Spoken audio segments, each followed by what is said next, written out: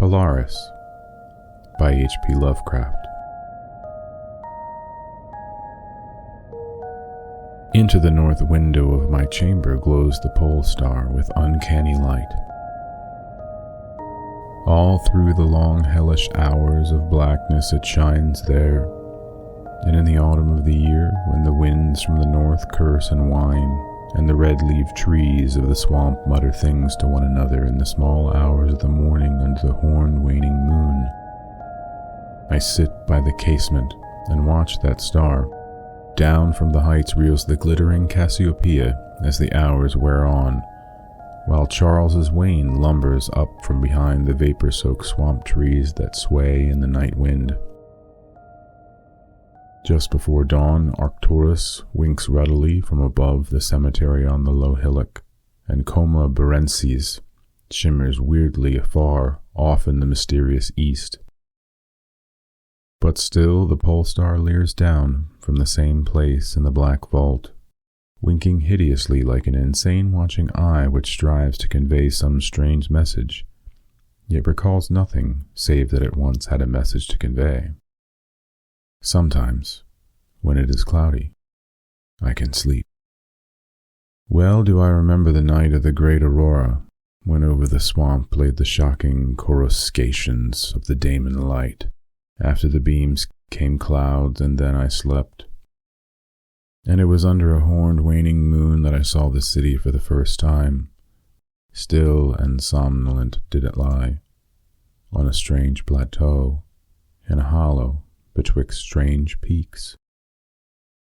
Of ghastly marble were its walls and its towers, its columns, domes, and pavements. In the marble streets were marble pillars, the upper parts of which were carven into the images of grave bearded men.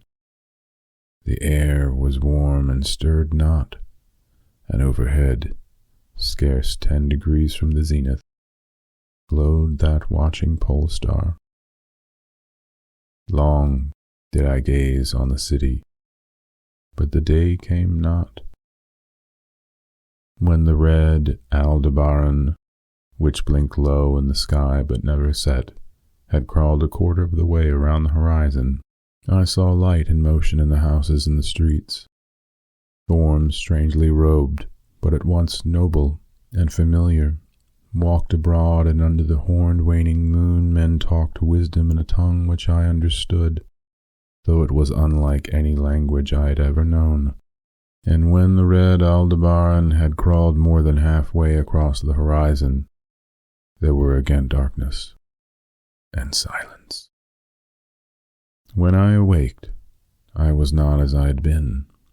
Upon my memory was graven the vision of the city, and within my soul had arisen another and vaguer recollection, of whose nature I was not then certain. Thereafter, on the cloudy nights when I could sleep, I saw the city often, sometimes under that horned waning moon, and sometimes under the hot yellow rays of a sun which did not set, but which wheeled low around the horizon. And on the clear nights the pole star leered as never before. Gradually I came to wonder what might be my place in that city on the strange plateau betwixt strange peaks. At first content to view the scene as an all-observant uncorporeal presence, I now desired to define my relation to it, and to speak my mind amongst the grave men who conversed each day in the public squares. I said to myself, this is no dream, for by what means can I prove the greater reality of that other life in the house of stone and brick south of the sinister swamp, and the cemetery on the low hillock where the pole star peers into my north window each night? One night as I listened to the discourse, in the large square containing many statues, I felt a change, and perceived that I at last a bodily form. Nor was I a stranger in the streets of Alatoi, which lies on the plateau of Sarkis, between the peaks Noton and Catiphonic. It was my friend Alos who spoke, and his speech was one that pleased my soul, for it was the speech of a true man and a patriot. That night had the news come of Dicos' fall, and of the advance of the Anutos, squat, hellish, yellow fiends who 5 years ago had appeared out of the unknown west to ravage the confines of our kingdom, and finally to besiege our towns. Having taken the fortified places at the foot of the mountains, their way now lay open to the plateau, unless every citizen could resist with the strength of 10 men. For the squat creatures were mighty in the arts of war, and knew not the scruples of honor which held back our tall, grey-eyed men of Lomar from ruthless conquest. Alos, my friend, was commander of all the forces on the plateau, and in him lay the last hope of our country. On this occasion he spoke of the perils to be faced, and exhorted the men of Alatoe, bravest of the Lamarians, to sustain the traditions of their ancestors, who, when forced to move southward from Zobna, before the advance of the great ice sheet, valiantly and victoriously swept aside the hairy, long-armed cannibal Nokvex that stood in their way. To me, Alos denied a warrior's part, for I was feeble and given to strange faintings when subjected to stress and hardships. But my eyes were the keenest in the city, despite the long hours I gave each day to the study of the Noctic manuscripts and the wisdom of the Zobnarian fathers. So my friend, desiring not to doom me to inaction, rewarded me with that duty which was second to nothing in importance. To the watchtower of Thopnan he sent me, there to serve as the eyes of our army, should the Anutos attempt to gain the citadel by the narrow pass behind the peak of Noton, and thereby surprise the garrison. I was to give the signal of fire which would warn the waiting soldiers and save the town from immediate disaster. Alone I mounted the tower, for every man of stout body was needed in the passes below.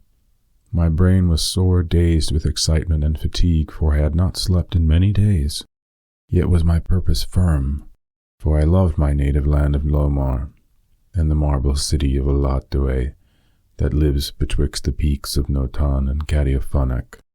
But as I stood in the tower's topmost chamber, I beheld the horned waning moon, red and sinister, quivering through the vapors that hovered over the distant valley of Banaf, and through an opening in the roof glittered the pale pole star, fluttering as if alive, and leering like a fiend and tempter.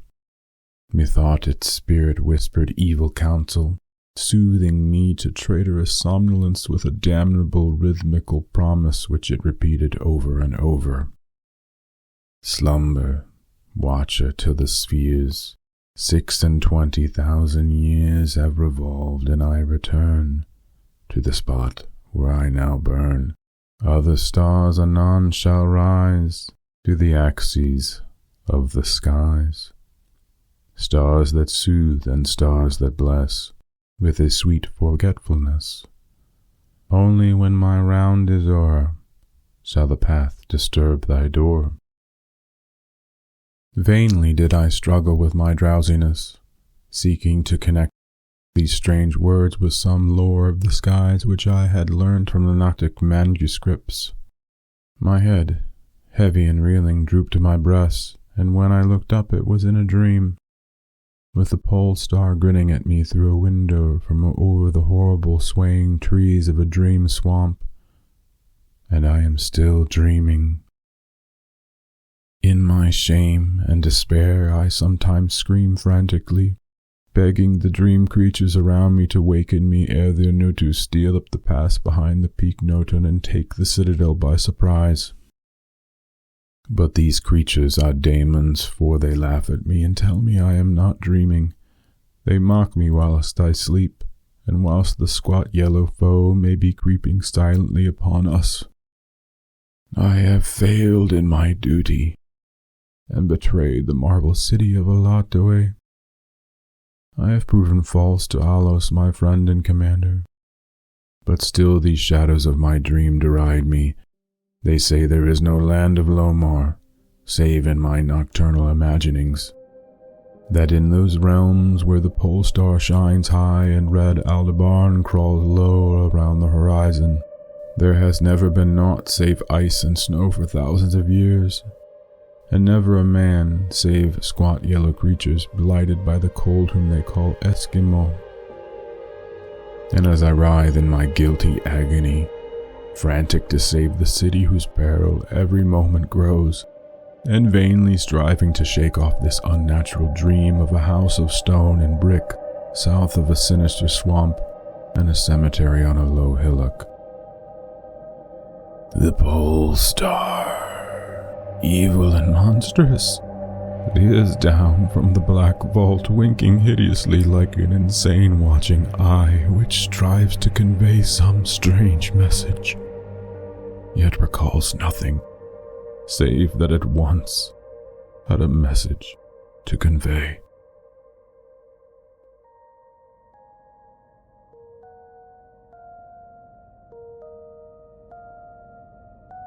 Thank you for listening. My name is Jared. If you enjoyed this story, please like, share, and subscribe. If this is something you'd like to hear more of, please leave me a message in the comments. Until next time, this has been a Honeyman audio production.